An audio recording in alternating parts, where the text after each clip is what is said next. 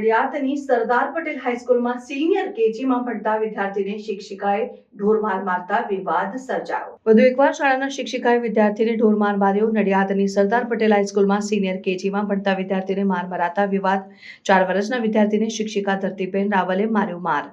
વિદ્યાર્થીને સતત 2 દિવસથી માર મારવામાં આવતા વાલી રોષે ભરાયા। વિદ્યાર્થીને લાફા મારતા કાનમાં દુખાવો, ગાલ પર સોજા સહિતની શારીરિક સમસ્યા ઉદ્ભવી।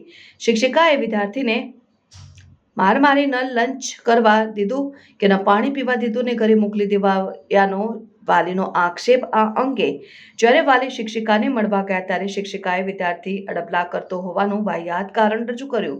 સમગ્ર મામલે વાલી નડિયાદ ટાઉન પોલીસ ખાતે ફરિયાદ નોંધાવવા માટે પહોંચ્યા।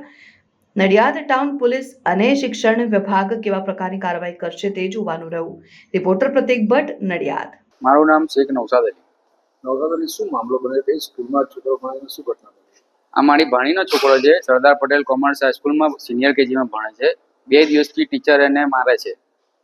કાલે માર્યો તો અમે કહેવા ના ગયા કે મસ્તી કરતો છે એટલે માર્યો છે, એટલે અમે ના ગયા। આજે માર્યો, બે ગાલ સોજાડી દીધા અને એના ગાલ પર નિશાન દેખાય છે, તમે જોઈ શકો છો। એને કાનમાં સણકાવ મારે છે, તાવ આવી ગયો છે, ખાતો પીતો બી નથી એ। તમે પોલીસ સ્ટેશન જઈને શું કર્યું? પોલીસ સ્ટેશનમાં જઈને આવ્યા, એ લોકોએ સિવિલમાં મને મોકલ્યો કે સિવિલમાં એની ટ્રીટમેન્ટ કરાવો, કાનમાં દેખાડો કાનના ડૉક્ટરને। પછી એટલે અમે સિવિલમાં આવ્યા। અને ટીચર એટલી બધી ખરાબ છે, ત્યાં નાસ્તો બી ના કરવા દીધો એને। મારે તો મારે પણ લંચ ના કરવા દીધો, પાણી બી ના પીવા દીધું અને એવું ને એવું દફતરમાં પાછું મોકલ્યું। ટીચરને અમે કહેવા ગયા, પ્રિન્સિપલને, ટીચરને, એ અમારા પર ઊંધો આરોપ મૂકે છે। છોકરા હડપલા કરે છે તમારા। 4 વર્ષનું નાનું બાળક કેમનું હડપલા કરી શકે?